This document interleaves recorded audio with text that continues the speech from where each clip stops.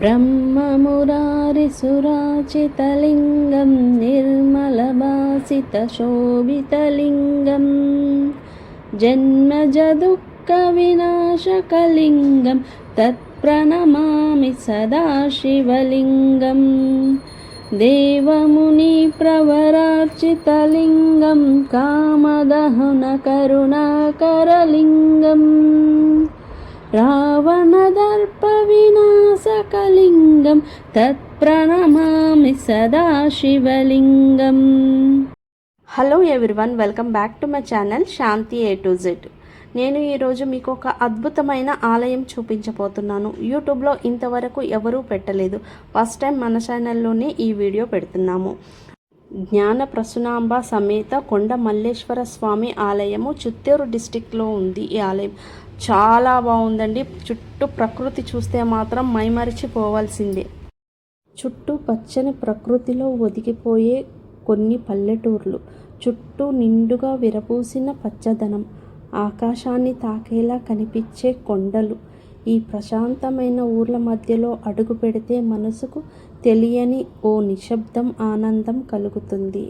ఈ గ్రామానికి ప్రత్యేకమైన పవిత్రమైన శివాలయము, ఇంకా కోరికలు తీర్చే పంచముఖి ఆంజనేయ స్వామి ఆలయము. ఉదయం సూర్యోదయంతో ప్రారంభమయ్యే మంత్రోచ్చరణ, గంటల శబ్దము, పక్షుల కిలకిల రావాలు కలిసిపోయే ఆ వాతావరణం అహో స్వర్గంలా అనిపిస్తుంది. ఇక్కడి శివాలయంలో దర్శనం చేస్తే మనసుకు ప్రశాంతంగా మారిపోతుంది, కష్టాలు కరిగిపోతాయి అన్నట్లుగా అనిపిస్తుంది. ఆలయం అలాగే ఆంజనేయ స్వామి ఆలయము భక్తితో ప్రార్థిస్తే ధైర్యము, శక్తి, నమ్మకము మనసులో పెరుగుతాయి. సర్వసుగంధ సులేపితలింగం బుద్ధి వివర్తన కారణలింగం సిద్ధసురాసురవందితలింగం తత్ప్రణమామి సదా శివలింగం. చూస్తున్నారు కదా, నేను చెప్పినట్టుగానే చుట్టుపక్కల ఎంత బాగుందో ప్రకృతి. అలాగే ఆలయం లోపల కూడా చాలా ప్రశాంతంగా ఉంది. పదండి లోపలికి వెళ్దాము. లోపలికి వెళ్ళగానే మనకు ముందుగా దర్శనమిచ్చేది ధ్వజస్తంభము.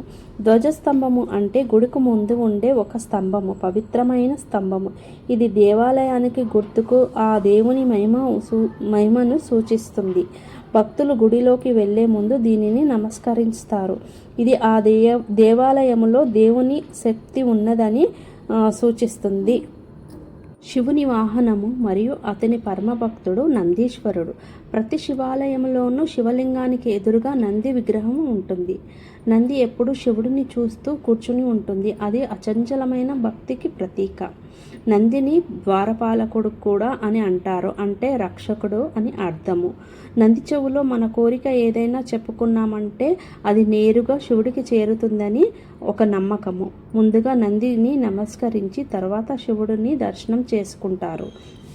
శివుని దగ్గరికి వెళ్ళాలి అంటే మనము కూడా నంది లాంటి భక్తి ఉండాలనే సందేశాన్ని ఇస్తుంది ఈ నందేశ్వరుడు.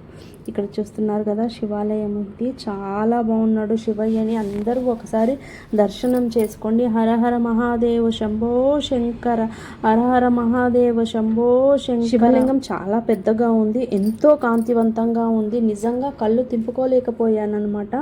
ఒక్క 2 నిమిషాలు అలా నుంచుండిపోయాను. నిజంగా మీరందరూ కూడా స్వామివారిని దర్శించుకోండి. స్వామివారి కృప మీ అందరి మీద ఉండాలని మనస్ఫూర్తిగా కోరుకుంటున్నాను. ఓం నమః శివాయ.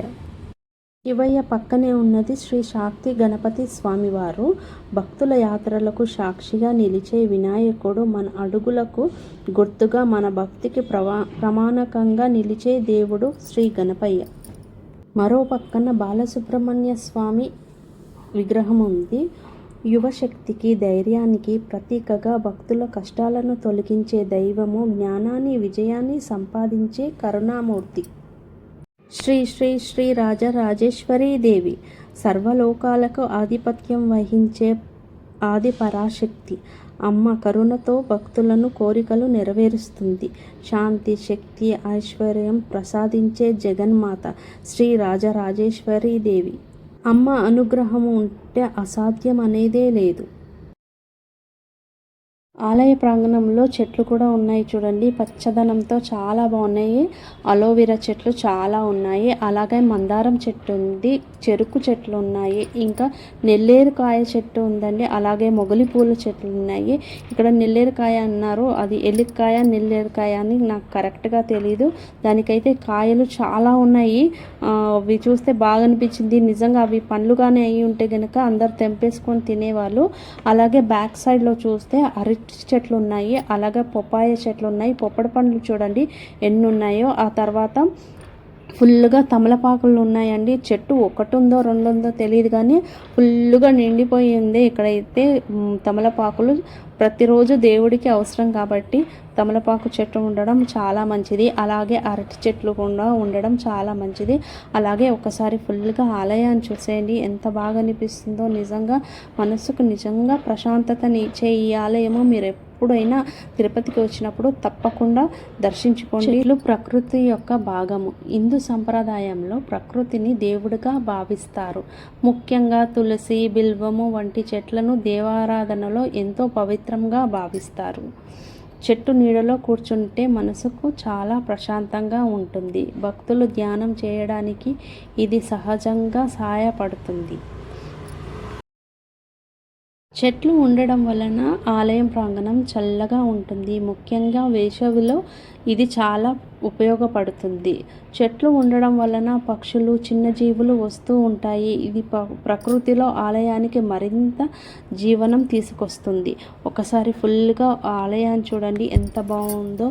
ఆలయంలో చెట్లు పెట్టడం అంటే అది కేవలం అందం కోసమే కాదు, ఆధ్యాత్మికత, శాంతి, ఆరోగ్యము, ప్రకృతి సమతుల్యం కోసమని అర్థం. ఈ ఆలయంలో నవగ్రహాలు కూడా ఉన్నాయి. అంతేకాకుండా ఒక దేవుడు, 5 ముఖాలు, 5 దివ్యశక్తులు, అదే పంచముఖి ఆంజనేయ స్వామి వారు. రామాయణంలో మహిరావణుడు అనే అసురుడిని సంహరించడానికి ఆంజనేయ స్వామి వారు 5 ముఖాలుగా అవతరించారు. తూర్పు వైపు హనుమాన్, దక్షిణం దిశలో నరసింహస్వామి, పడమర వైపు గరుడ, ఉత్తర దిశలో వారాహి, పైన హయగ్రీవ. ఈ 5 ముఖాల రూపము 5 దిశలుగా కాపాడుతుంది, అన్ని రకాల ప్రమాదాల నుంచి రక్షిస్తుంది. పంచముఖి ఆంజనేయ స్వామిని భక్తితో ఆరాధిస్తే శత్రువులపై విజయం సాధించవచ్చు. ధైర్యము, విజయము అన్నీ లభిస్తాయి. ఎంత చూసినా తనివి తీరని ప్రకృతి అండి, చాలా బాగా అనిపిస్తుంది. చుట్టూ పచ్చదనము, పెద్ద కొండపైన గుడి ప్రశాంతంగా ఉంది. అలాగే గుడిపై నుంచి చూస్తుంటే పచ్చదనము, ఆ కొండలు, ఆకాశం ఎంత స్వచ్ఛంగా ఉన్నాయో. నిజంగా ఆకాశం చూడండి ఎంత బాగుందో, అసలు ఆ కొండలను తాకేస్తున్నట్టుగా ఉంది ఆకాశము, చాలా బాగుంది. ఆ కొండల మధ్యలో పచ్చదనము, ఆ పచ్చదనంలో పల్లెటూర్లు, చిన్న పల్లెటూర్లు, ఒక 50-60 ఇళ్ళు మాత్రమే ఉంటాయి. మళ్ళీ మనం ఈ గుడి దగ్గర నుంచి రావాలి అంటే ఆ పల్లెటూరు మధ్య నుంచే రావాలి. అక్కడ పచ్చిమిర్చి పండిస్తున్నారు, టమాటాలు పండిస్తున్నారు, ఇంకా ఏమంటారు స్వీట్ పొటాటో ఉంది, మామిడికాయల చెట్లు ఉన్నాయి, చాలా బాగుంది. కొబ్బరి చెట్లు, అసలు సూపర్గా ఉందండి. నిజంగా మనకు కూడా పల్లెటూరులో ఉంటే బాగుండేమో అనిపించింది, అంత బాగుంది. మీరేమంటారు, మీకు ఎలా అనిపించిందో మాత్రం తప్పకుండా కమెంట్స్ చేసి చెప్పండి. అలాగే ఇంకా ఇక్కడ చెట్లు చాలా ఉన్నాయి, అవి కూడా చూపిస్తాను. ఇక్కడ చూడండి పేపర్ ఫ్లవర్స్ అంటాం మేము వీటిని, ఎన్ని కలర్స్ ఉన్నాయో. ఇక్కడ డివైడర్ల మీదనే మనకి ఈ ఫ్లవర్స్ కనిపిస్తాయి అన్నమాట. ఇక్కడ మాత్రం నాకు చూస్తూ ఉంటే నిజంగా అది బాగా ఎండ ఉంది కదా, ఎండ, గాలి, ఇంకా నీరు బాగా దొరుకుతుంది వాటికి, అందుకే గుత్తులుగా పూస్తున్నాయి. బోలెడన్ని కలర్స్ ఉన్నాయండి. నిజంగా చాలా బాగా అనిపిస్తుంది ఇవన్నీ చూస్తూ ఉంటే. నన్ను కానీ ఇక్కడ వదిలేస్తే నేను శివనామస్మరణ చేస్తూ ఇక్కడే ఉండిపోవాలనిపిస్తుందండి. నాకు అంత బాగా నచ్చింది ఈ ప్లేస్. అలాగే ఇంకో పక్క కూడా చూడండి, ఇవి చూస్తే మాత్రం నిజంగా ఆకాశం ఎంత దగ్గరగా ఉంది చూడండి కొండలకి. కొండలు కూడా చూడండి, అద్భుతమైన కొండలండి ఇవన్నీ. నిజంగా చూడండి పచ్చదనం కూడా ఎంత బాగా కనిపిస్తుందో. ఆహా, సూపర్ అంటే సూపరు. ఇంకా మేము ఎండ టైంలో వెళ్ళామండి, ఇంకా అదే మార్నింగ్ కానీ ఈవినింగ్ కానీ వెళ్ళుంటే ఇంకా చాలా బాగుంటుందంట.